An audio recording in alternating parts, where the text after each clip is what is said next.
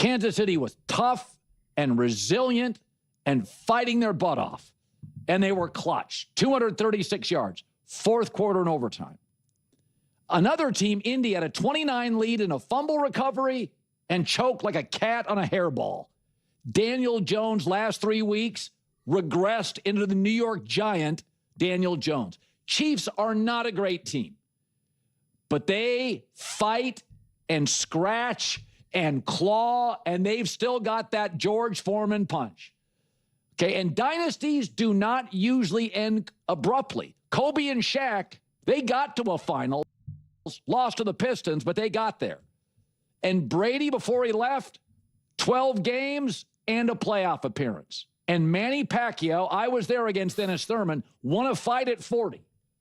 Dynasties don't end abruptly. They fight, they scratch, they claw, little like Thanksgiving.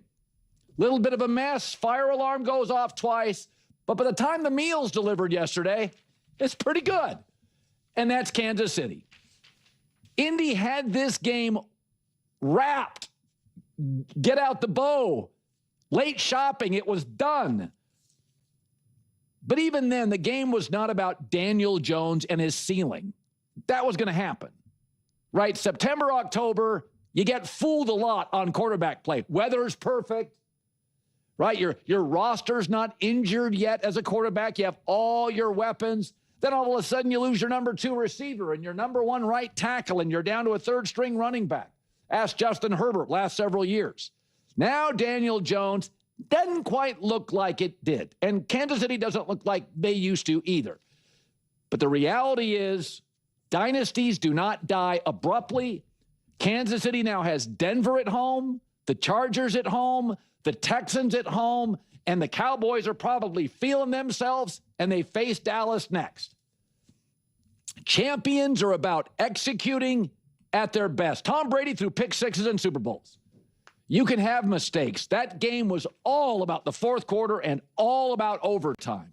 And in that space, fourth and overtime, the Chiefs had 14 points, 13 first downs, and 236 total yards. And the Colts had no points and no first downs. It's quite interesting to parse the underlying messages in Colin's recent commentary. He was considerably more forthright in his podcast last evening. Recall his reaction following the Chiefs' loss to the Broncos. It was essentially a declaration that their reign was finished. Yet just prior to that game, his tone was entirely different. He was adamant that Kansas City remained the league's premier team, head and shoulders above the competition, suggesting they were a touchdown better than anyone else. He gradually distanced himself from that bold claim, and after the Denver defeat, he swiftly pivoted to proclaiming the end of their dynasty. Now, following their victory over the Colts, he's publicly stating he's betting on the Chiefs not only to make the playoffs, but to secure wins once they get there. While he didn't explicitly reiterate that in this particular segment, I found myself anticipating his next pivot, wondering which narrative path he would ultimately choose. A contest like the one we just witnessed only serves to reinforce a principle I've held for some time. Ultimately, it comes down to which entity you place your utmost faith in. I expressed this sentiment weeks ago, observing how the season was unfolding, which is why I attempted to steer the discourse away from constant future gazing. I advocated for focusing on the present, not incessantly talking about the playoffs, the biggest stages, or a hypothetical drive with 7 minutes left in the fourth quarter. I have no desire to engage in that sort of speculation in Week 3 or even Week 7. My preference is simply to watch the games unfold. The fate of teams like the Patriots, Colts, or Broncos remains a mystery, and I would rather appreciate the spectacle directly in front of us than be perpetually preoccupied with what it might mean for January. That perspective, to me, needlessly narrows the conversation. However, as we progress deeper into the season, these considerations naturally become more pertinent. Throughout this period, I've consistently maintained that when the chips are down, my trust rests with the trio of Andy Reid, Steve Spagnuolo, and Patrick Mahomes more than with any other combination in the league. I recently discussed the Los Angeles Rams, positing that you could make a compelling case this season for trusting Matthew Stafford and Sean McVay, given they have displayed a level of consistency that has, at times, eluded the Chiefs. But when you begin to factor in the defensive side of the ball and the strategic genius of Spagnuolo, the equation changes. One might attribute their success to opponents like Daniel Jones making critical errors, but it's Spags who is masterfully dialing up pressure at the most pivotal moments. It's that perfect equilibrium between offensive pedigree and defensive cunning. While I acknowledge the Chiefs are firmly in the hunt, I look around the league and question the alternatives. Did you observe the Jaguars' performance? It was a disorganized mess. What about the Ravens or the Bills? Do you feel unequivocally confident in them? The Chargers are so ravaged by injuries. Can they realistically remain in contention? Then you have division rivals like the Broncos and enigmatic squads like the Patriots, who remain a profound unknown. I've tried to simply enjoy the Patriots' performances without filtering them through that lens of uncertainty, but the reality is their ultimate ceiling is unclear. This line of thinking has led me to consider constructing a unique ranking system. Consider this a spoiler. The Chiefs would sit at the summit. This list wouldn't catalog the teams I believe are technically the best or the ones with the most favorable Super Bowl odds. Instead, it would answer a more fundamental question. Which teams do I trust the most? If I had to select from a group of, say, 7 to 10 teams, and you pose the scenario, everyone plays each other once, right now, which team do you believe would emerge with the most victories?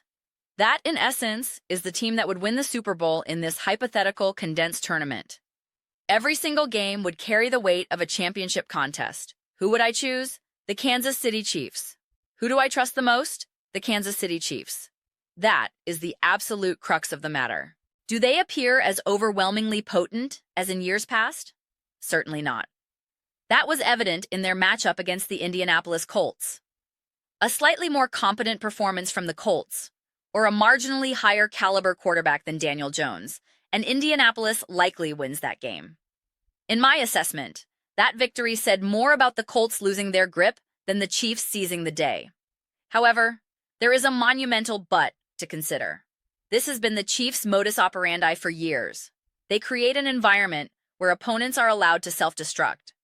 It isn't always a glaring, catastrophic mistake, like a brutal interception or a poorly timed fumble. Sometimes, it's the opponent simply failing to execute when it matters most. The fourth quarter against the Colts exemplified this. Kansas City only needed a modest scoring drive, a field goal, a couple of converted third downs to secure the win. The Colts couldn't accomplish it. They simply could not get it done. Presently, there are very few franchises you can point to with full-throated confidence and declare, I trust them to get it done in that situation. The list is remarkably short. I would include the Eagles, despite their inconsistencies, and the Rams, perhaps the Bills, but it feels like a coin flip. The Seahawks have been fantastic and are among my favorite teams to watch, but in terms of that deep-seated trust in a high-stakes conference championship game with 3 minutes on the clock, I'm hesitant. The Bills often feel like a revolving door of potential. Sometimes they can, sometimes they can't. The Ravens have the pedigree, but questions about Lamar Jackson's health and their overall consistency linger. Teams like the Buccaneers, Broncos, Patriots, and Jaguars still have everything to prove. The Chargers are a weekly mystery. This is precisely why the concept of a trust ranking or trust tier resonates with me. It accurately reflects my current mindset for evaluating the NFL landscape. It's where my analytical focus has shifted. The upcoming game against the Dallas Cowboys is utterly fascinating. I've been oscillating on what that matchup will truly signify for each team. Both desperately need a victory. That much is clear. The Cowboys have a well-documented pattern of dominating inferior opponents and playing competitively within their division. I've previously stated that for Dallas, their performance against the Chiefs will be more revealing than their result against the Eagles. Yet, I can easily envision a scenario where Kansas City delivers a convincing defeat to the Cowboys, and the reaction would simply be, well, that's par for the course. Conversely, if the Chiefs struggle against Dallas, my instinct tells me the takeaway would be significant. It would suggest that Kansas City has transitioned into the tier currently occupied by the Bills and Ravens of recent years. They would no longer possess that clear separation, that little brother dynamic where they can casually outclass everyone. Instead, they would be a team that, while capable of winning on any given day and boasting elite coaching and quarterback play, is simply not the formidable force they once were. They would be more akin to those other contenders, potentially brilliant at any moment, but also capable of making any game unnecessarily interesting. I am eagerly anticipating that Thursday night contest, though the short week of preparation can always introduce unpredictable elements. It was a weekend filled with thrilling, nail-biting overtime games, and this was a crucial, season-stabilizing win for Kansas City. But these are merely my reflections. I am genuinely interested to hear your perspectives. What are your thoughts on the Kansas City Chiefs' comeback victory over the Indianapolis Colts? Please share your opinions in the comment section below. I read every single comment, whether you agree with me or hold a different viewpoint. Let's engage in some lively discussions and debates, but ultimately, let's ensure we're all having a great time. Please consider subscribing to the channel. We are cultivating a wonderful community here, and I would be absolutely delighted to have you join. My goal is to build something we all feel a genuine connection to, something we are truly excited to be a part of, and I believe we are making significant progress toward that objective. Also, please don't forget to give this video a thumbs up, as it substantially helps with visibility within the platform's algorithm. Thank you so much for watching, and I'll see you next time.